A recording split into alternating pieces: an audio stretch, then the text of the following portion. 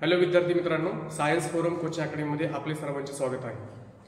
तर आपण त्या ठिकाणी फिजिक्समधील फर्स्ट चॅप्टर रोटेशनल डायनामिक्स या चॅप्टरचे महत्त्वाचे प्रश्न पाहणार आहोत। हे जे काही सर्व क्वेश्चन्स आहेत, हे सर्व क्वेश्चन्स प्रिव्हियसली आस्क्ड क्वेश्चन्सचं अनालिसिस करून या ठिकाणी मी आपल्या समोर लिहिलेले आहेत।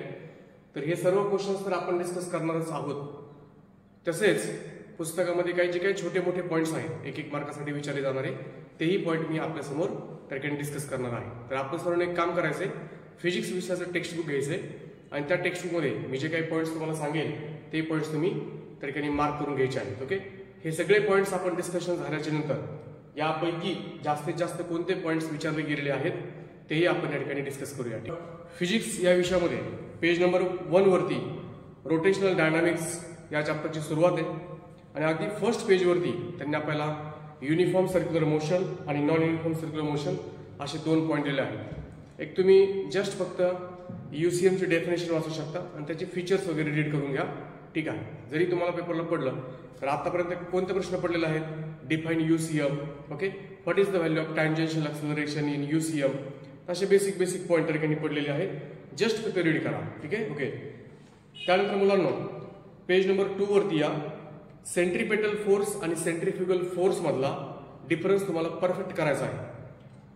त्यामध्ये तुम्ही डेफिनेशन लिहायची, त्याचे डायरेक्शन देऊन त्याचे फॉर्म्युला लिहायचे, त्याचे एक्झाम्पल लिहायचं आणि अजून एखादं ठिकाणी इन्फॉर्मेशन तुम्ही लिहिली तरी चालेल, जसं की centripetal force is a real force, it exist in the inertial frame of reference, असे 2-3 पॉईंट तुम्ही ऍड करू शकता। तर सेंट्रिपेटल फोर्स आणि सेंट्रिफ्युगल फोर्स यामधील डिफरन्स अलॉंग विथ एक्झाम्पल्स हा एक पॉईंट तुम्हाला प्रिपेअर करायचा आहे। एक्झाम्पल 1.1 आहे मुलांनो पेज नंबर 2 वरती, ते पण एक्झाम्पल तुम्हाला व्यवस्थित करायचं आहे। इनफॅक्ट हे महत्त्वाचं एक्झाम्पल आहे। पेज नंबर 3 वरती या मुलांनो, आता मी इथं पहिला पॉईंट लिहिलेलाच आहे, सेंट्रिपेटल फोर्स आणि सेंट्रिफ्युगल फोर्स मधला डिफरन्स, ठीक आहे।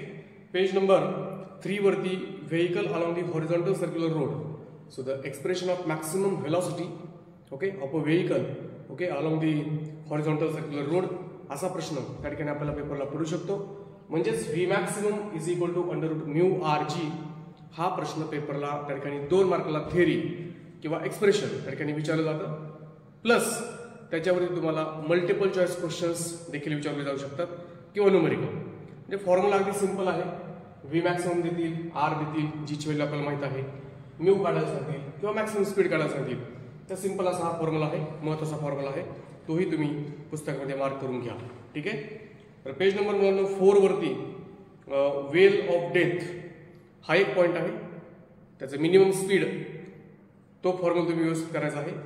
एक्झाम्पल 1.2 हे देखील पेपरला विचारलेलं एक्झाम्पल आहे, क्लिअर आहे, आता रिसेंटली विचारलेलं आहे एक्झाम्पल हे, तर तेही तुम्ही मार्क करून घ्यायचं आहे। वेल ऑफ डेथ वरती न्यूमेरिकल आतापर्यंत त्यांनी विचारलेला आहे आणि हाच न्यूमेरिकल 1.2 जो काय आहे तोच न्यूमेरिकल त्यांनी पेपरला विचारला होता।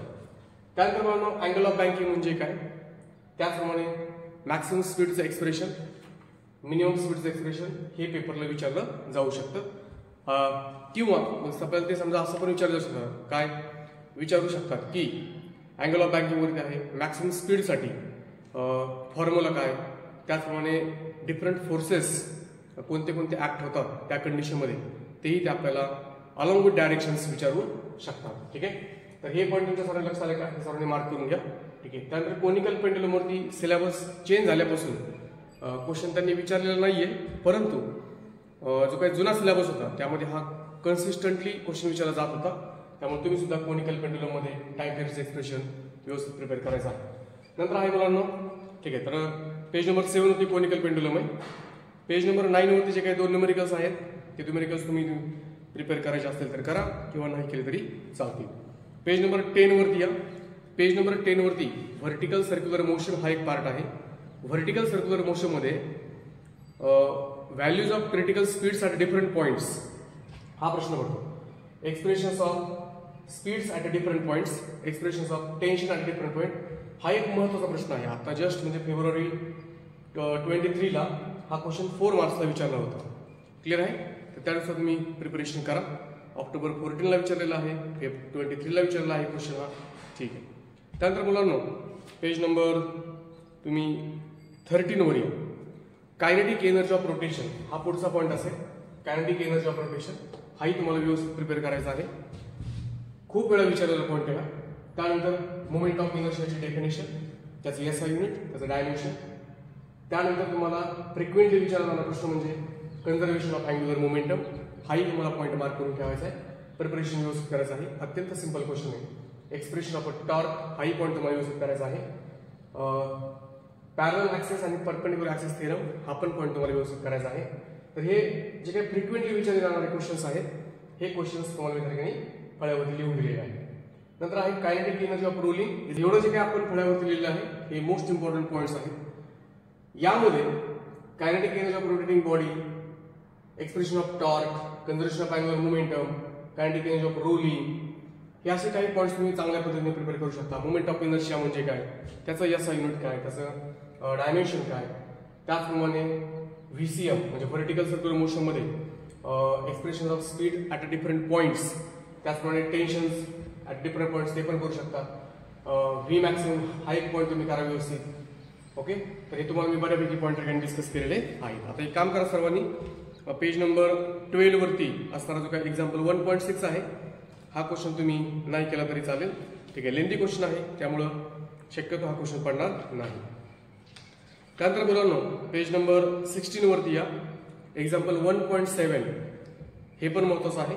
ठीक आहे, त्यानंतर मला पेज नंबर 19 वरती या. 18 आणि 19 तर दोन्ही न्यूमेरिकल सॉल्व्ड एक्झाम्पल्स व्यवस्थित करायचे आहेत. बस एवढंच. आता याच्या व्यतिरिक्त अजून काय प्रिपेअर करायचं, तर याच्या व्यतिरिक्त अजून movement of inertia of different bodies ते पण तुम्हाला व्यवस्थितरित्या प्रिपेअर करायचं आहे. Movement of inertia of different bodies म्हणजे सर्व बॉडीचे मुवमेंट ऑफ इनर्शिया जरी नाही केले तरी चालेल, परंतु जे जनरली आपल्याला अभ्यास करत असताना गरजेचे पडतात ते म्हणजे रॉड, स्पेअर, डिस्क, परत तुमचं रिंग, त्या छोट्या परत सिलेंडर, अशा 4-5 बॉडीचे जरी तुम्ही प्रिपरेशन व्यवस्थित करून ठेवलं मुवमेंट ऑफ इनर्शियाचं तरीही मोर दॅन सफिशियंट आहे. लक्षात सर्वांच्या? ठीक आहे.